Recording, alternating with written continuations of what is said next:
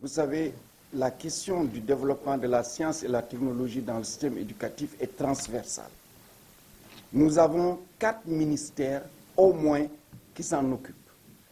Vous avez le ministère de la Femme, de la Famille et de l'Enfance, parce que c'est là-bas où se trouve l'agence de la case des tout-petits.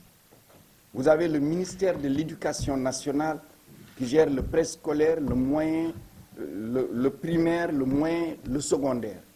Vous avez aussi le ministère de la formation professionnelle, de l'apprentissage et de l'artisanat qui gère le volet professionnel. Et enfin, l'enseignement supérieur. Alors, ces 4 ministères ont quelque chose en commun. C'est le PACEB. Et dans le cadre du PACEB, un volet essentiel, c'est la priorité pour l'enseignement des sciences et de la technologie. Et c'est dans ce sens-là que le travail pratique, la main à la pâte, est un élément majeur de pédagogie. C'est pour cela, vous remarquerez que le ministère de l'Éducation nationale, non seulement est en train d'équiper les laboratoires dans les lycées, les salles de travaux pratiques, mais surtout est en train de mettre en place des blocs scientifiques. Il réhabilite les anciens blocs scientifiques et il y a un programme de construction de blocs scientifiques. C'est aussi la mise en place des lycées d'excellence. Mariama Ba en est un exemple, mais il y a aussi le prochain, le lycée de Diourbel. C'est aussi le sens du programme du ministère de l'Enseignement supérieur et de la Recherche que le président de la République a lancé le 31 juillet dernier à l'UCAD, de construction de 100 salles de travaux pratiques. Et je vous invite à aller visiter cela, parce que quand on vous dit toujours « nous sommes en train de faire », nous souhaitons que vous alliez voir, vous alliez visiter les anciennes salles de travaux pratiques qui sont désuètes et en même temps les nouveaux bâtiments qui sont en train d'être construits. Le bâtiment autour de la faculté de sciences est déjà bien élevé, ils sont au niveau du 2e niveau. Et ça, c'est extrêmement important. Et le programme aussi d'équipement des laboratoires, parce qu'il faut mettre le matériel. Mais l'autre aspect aussi, c'est le programme d'équipement des plateformes mutualisées. C'est-à-dire que le chercheur, aussi, il faut lui donner la possibilité de faire ses analyses ici au Sénégal. C'est l'objet de la Cité du Savoir, qui est en construction avec les plateformes mutualisées. Alors, il y a un autre aspect qui est sous-jacent à votre question. C'est la promotion de la culture scientifique. Il faut faire en sorte que le jeune, que le citoyen, quel qu'il soit, se dise « mais il nous faut maîtriser la science et la technologie ». Il faut susciter chez les enfants les vocations pour faire de la science et de la technologie. Et pour cela, nous avons mis en place depuis 1 an et demi la direction de la promotion de la culture scientifique que dirige d'ailleurs le professeur Koumba Thiandou. Mais cette direction ne suffit pas. Elle est en train de travailler avec les différents ministères, y compris des ministères qui ne sont pas de l'éducation et autres. Tous les ministères où il y a un impact de la science et de la technologie. Mais il faut donner aussi les instruments. C'est dans ce sens-là qu'à la Cité du Savoir, nous avons démarré la construction de la Maison des Sciences. Cette Maison des Sciences qui comprendra au rez-de-chaussée jusqu'au 1er niveau un aquarium géant.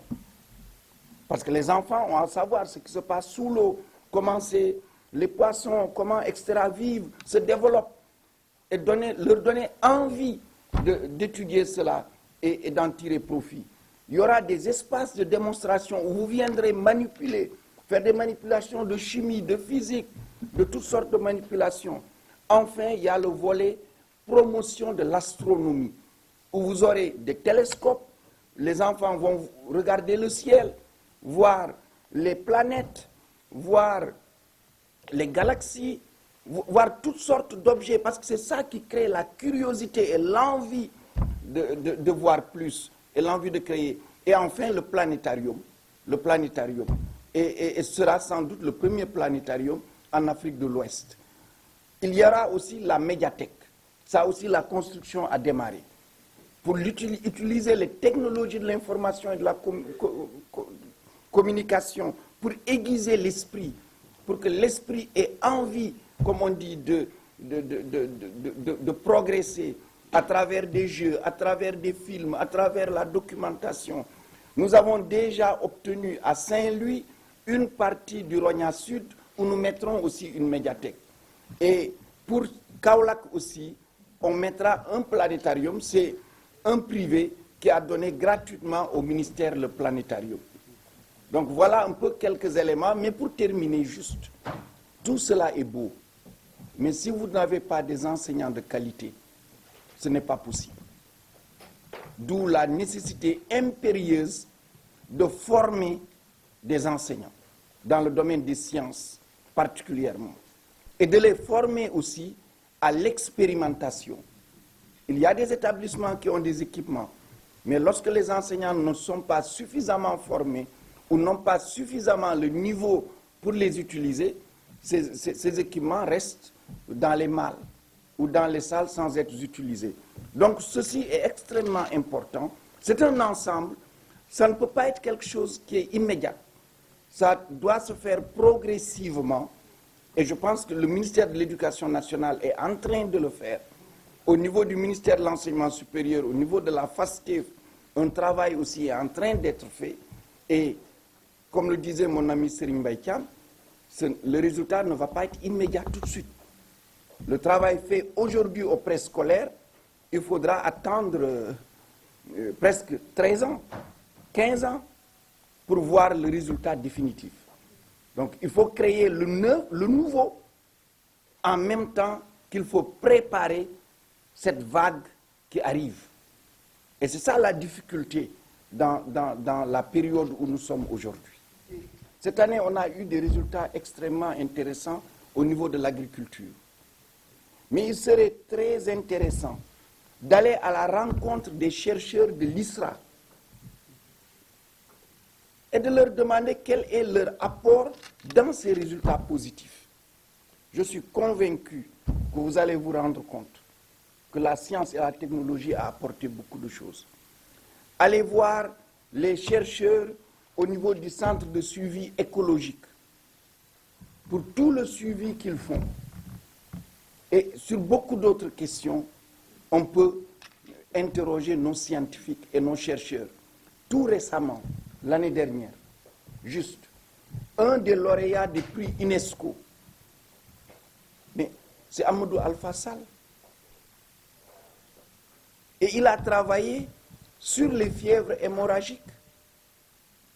Et si vous faites du suivi, vous allez vous rendre compte que ce Amadou Alpha Sall a été lauréat en 2012 du Grand Prix du Président de la République pour les sciences.